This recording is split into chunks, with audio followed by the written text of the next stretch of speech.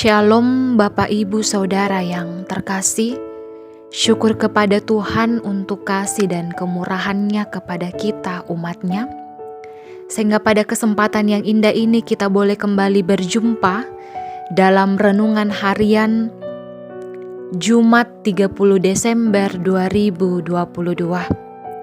Kita bersama akan mendengarkan firman Tuhan, namun sebelum itu mari kita berdoa. Allah Bapa dalam kerajaan sorga, kami mengucap syukur kepadamu untuk anugerah yang boleh Engkau nyatakan dalam kehidupan kami umat-Mu. Nafas yang baru, kesehatan dan kekuatan boleh kami rasakan pada saat ini. Untuk kami boleh melanjutkan aktivitas kami pribadi lepas pribadi. Namun firman-Mu akan menguatkan kami. Sekiranya apa yang boleh kami baca dan kami dengarkan bersama pada saat ini boleh kami pahami dengan baik dan boleh kami lakukan dalam kehidupan kami. Allah Bapa dalam kerajaan sorga, ampunilah segala dosa kami. Di dalam nama Yesus Kristus, itulah Tuhan dan Juru Selamat kami. Amin. Mari Bapak Ibu Saudara yang terkasih, bersama kita membuka Alkitab kita dari kitab 1 Raja-Raja, Pasal 3 ayat 1 sampai ayat 15. Firman Tuhan, doa Salomo memohon hikmat. Lalu Salomo menjadi menantu Firaun raja Mesir. Ia mengambil anak Firaun dan membawanya ke kota Daud sampai ia selesai mendirikan istananya dan rumah Tuhan dan tembok sekeliling Yerusalem. Hanya bangsa itu masih mempersembahkan korban di bukit-bukit pengorbanan, sebab belum ada didirikan rumah untuk Tuhan sampai pada waktu itu. Dan Salomo menunjukkan kasihnya kepada Tuhan dengan hidup menurut ketetapan Daud ayahnya. Hanya ia masih mempersembahkan korban sembelihan dan ukupan di bukit-bukit pengorbanan. Pada suatu hari raja pergi ke Gibeon untuk mempersembahkan korban. Sebab disitulah bukit pengorbanan yang paling besar. 1000 korban bakaran dimesbahkan Salomo di atas mesbah itu. Di Gibeon itu Tuhan menampakkan diri kepada Salomo dalam mimpi pada waktu malam. Berfirmanlah Allah, "Mintalah apa yang hendak kuberikan kepadamu." Lalu Salomo berkata, "Engkaulah yang telah menunjukkan kasih setiamu yang besar kepada hamba-Mu Daud ayahku. Sebab ia hidup di hadapan-Mu dengan setia, benar dan jujur terhadap Engkau. Dan Engkau telah menjamin kepadanya kasih setia yang besar itu dengan memberikan kepadanya seorang anak yang duduk di tahtanya seperti pada hari ini. Maka sekarang ya Tuhan Allahku, Engkaulah yang mengangkat hamba-Mu ini menjadi raja menggantikan Daud ayahku. Sekalipun aku masih sangat muda dan belum berpengalaman. Demikianlah hamba-Mu ini berada di tengah-tengah umatku yang Kau pilih, suatu umat yang besar yang tidak terhitung dan tidak terkira banyaknya. Maka berikanlah kepada hamba-Mu ini hati yang faham, menimbang perkara untuk menghakimi umat-Mu dengan dapat membedakan antara yang baik dan yang jahat. Sebab siapakah yang sanggup menghakimi umat-Mu yang besar ini?" Lalu adalah baik di mata Tuhan bahwa Salomo meminta hal yang demikian. Jadi berfirmanlah Allah kepadanya, "Oleh karena engkau telah meminta hal yang demikian dan tidak meminta umur panjang atau kekayaan atau nyawa musuhmu, melainkan pengertian untuk memutuskan hukum, maka sesungguhnya aku melakukan sesuai dengan perintahmu itu.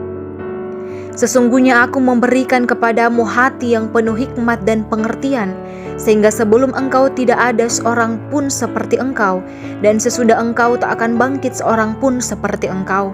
Dan juga apa yang tidak kau minta, aku berikan kepadamu, baik kekayaan maupun kemuliaan, sehingga sepanjang umurmu tak akan ada seorang pun yang seperti engkau di antara raja-raja.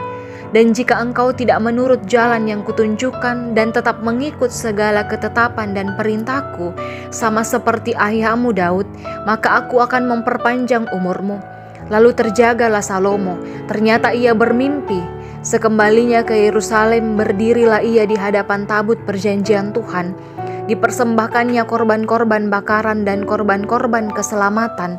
Kemudian ia mengadakan perjamuan bagi semua pegawainya. Amin. Sahabat renungan yang terkasih, tema perenungan kita pada saat ini adalah mohon hikmat Tuhan.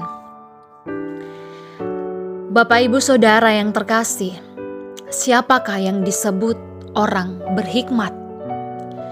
Tentunya bahwa yang disebut orang berhikmat adalah mereka yang tahu membedakan mana yang benar dan mana yang salah. Karena itu ia akan menjadi bijaksana dalam memutuskan sebuah perkara ketika ia memiliki hikmat di dalam dirinya. Salomo ketika diangkat menjadi raja atas Israel, ia masih muda dan belum berpengalaman untuk menjadi seorang pemimpin, di mana ia akan diperhadapkan pada pengambilan keputusan. Karena itu ketika ia dipilih Tuhan menggantikan ayahnya, seorang raja, menjadi seorang raja, ia ragu dan kurang percaya diri karena pengalamannya dalam bidang politik, militer, dan berbagai bidang lainnya itu masih sangat relatif rendah. Karena itu ia bermohon kepada Tuhan untuk diberikan hikmat, bukan harta atau jabatan. Hal ini menjadi menarik bagi kita dalam kisah kehidupan Salomo, karena sebelum menjalankan tugas kepemimpinannya sebagai raja, ia tidak meminta kekayaan, harta, dan jabatan kepada Tuhan. Namun fokus utama yang dia minta di sini adalah hikmat. Karena hikmat itu adalah harta yang sangat berharga dan tidak bisa direbut oleh sesama manusia. Berbeda dengan emas, perak, uang, itu semua bisa saja direbut orang lain kapan saja. Lalu Bapak Ibu Saudara yang terkasih, bagaimana dengan kita umat Tuhan? Bukankah dalam kenyataannya ada banyak orang yang serakah dengan harta, jabatan, dan kekuasaan? Itu adalah realita kehidupan kita.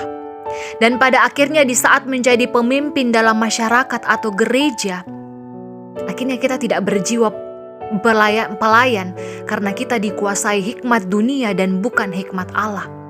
Harta, kekayaan, dan kekuasaan itu ada batasnya.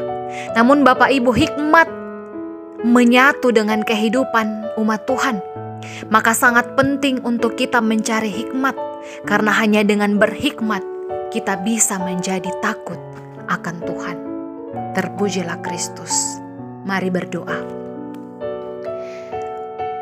Kami senantiasa berterima kasih kepadamu untuk kasih yang begitu luar biasa yang Engkau nyatakan dalam kehidupan kami umat-Mu.